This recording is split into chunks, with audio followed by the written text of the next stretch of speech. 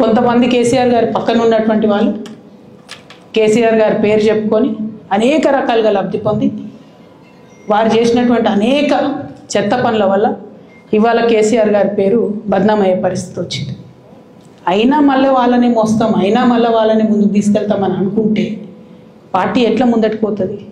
ఒక బిడ్డగా నిజంగా నేను బాధపడతాను. ఇవాళ 5 సంవత్సరాలు ఇరిగేషన్ మంత్రిగా చేసినటువంటి హరీష్ రావు గారిది మేజర్ పాత్ర లేదా దీంట్లో? అందుకే కదా కేసీఆర్ గారు వారిని సెకండ్ టర్మ్లో తప్పించిండ్రు.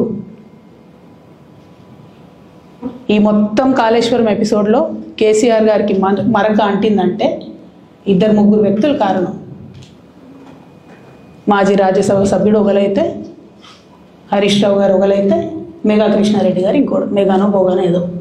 ఈ పెద్ద పెద్ద కాంట్రాక్టర్లు అందరితో కుమ్మక్కై కేసీఆర్ గారు ప్రజల కోసం ఆలోచన చేస్తే, నీళ్ళ కోసం ఆలోచన చేస్తే, వీళ్ళు సొంత వనరుల కోసం, డెవలప్మెంట్ కోసం, ఆస్తులు పెంచుకోవడం కోసం ఆలోచన చేసి ఇవాళ మీ వల్ల రేవంత్ రెడ్డి లాంటి వ్యక్తి, తెలంగాణ ఉద్యమానికి సంబంధం లేని వ్యక్తి, కేసీఆర్ గారి కాలి గోటికి సరిపోని వ్యక్తి, ఆయన నిలబడి కేసీఆర్ గారిని చేయెత్తి చూపించి కేసీఆర్ గారి మీద సిబిఐ ఇవాళ నేను వేస్తా అని చెప్తున్నాడంటే కారణం ఎవరు దీనికి? నేను భరించిన, ఇదే హరీష్ రావు గారు, ఇదే సంతోష్ రావు గారు అనేక కుట్రలు చేసినా కూడా భరించిన.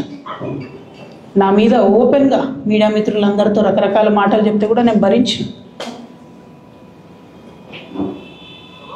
నా పర్సనల్ అటాక్కి నేను ఎప్పుడు కూడా వాళ్ళను ఇంతవరకు పేరు పెట్టి పిలవలేదు, మాట్లాడలేదు. ఫస్ట్ టైం చెప్తున్నా. నేను ఎందుకోసం చెప్తున్నా? కేసీఆర్ గారికి ఈ వయసులో సిబిఐ ఎంక్వైరీ ఏందండి? ఎందుకోసం ఆ కర్మ పట్టింది? ఎందుకు భరించాలి? ఇటువంటి వాళ్ళని చూస్తూ ఎందుకోసం ప్రొటెక్ట్ చేసుకోవాలి?